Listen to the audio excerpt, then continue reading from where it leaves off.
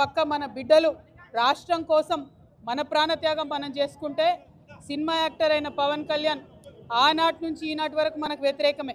ఇవాళ కూడా ఆయన మాట్లాడుతున్నాడు, తెలంగాణ నాయకుల దిష్టి కళ్ళతోని కోనసీమ పాడైందంటున్నాడు. మనం ఎన్నడూ దిష్టి పెట్టలే. కోనసీమ బాగుంది, కోనసీమ ఎట్లుందో అట్లా తెలంగాణ కావాలనుకున్నాం తప్పితే ఏనాడు కూడా తెలంగాణ బిడ్డలకు మనసు చిన్నగా ఉండదు, పెద్దగా ఉంటుంది, పెద్దగా ఆలోచిస్తాం. మేము ఇప్పుడు కూడా చెప్తా ఉన్నాం, పవన్ కళ్యాణ్ గారు మా రాష్ట్రం ఏర్పడి 12 సంవత్సరాలు అయింది.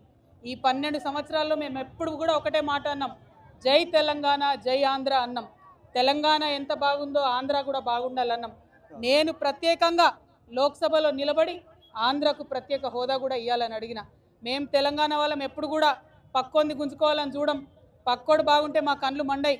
మేం బాగుండాలని కోరుకుంటాం తప్పితే పక్కవాడు చెడిపోవడాలని ఎప్పుడు కోరుకోలేదు.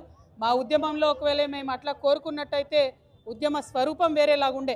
మా బిడ్డలు ఆత్మబలిదానాలు చేసుకున్నారు తప్పితే ఒక్క పరాయి రాష్ట్రం వాడి వ్యక్తి మీద కూడా చెయ్యి ఎత్తలేదు మేము ఎప్పుడు కూడా. ఆ విషయాన్ని దయచేసి పవన్ కళ్యాణ్ గారు గుర్తుపెట్టుకోవాలి. ఆనాడంటే మీరు సినిమా యాక్టర్ ఏమన్నా నడిచింది, ఇవాళ మీరు డిప్యూటీ చీఫ్ మినిస్టర్, మీరు ఆంధ్రప్రదేశ్ యొక్క ప్రజలను దేశవ్యాప్తంగా రిప్రజెంట్ చేస్తారు. మీరు మాట్లాడే మాటలు కూడా మీ ప్రజలకు ఆపాదిస్తారు. కాబట్టి జాగ్రత్తగా మీరు ఆలోచన చేసి మాట్లాడాలని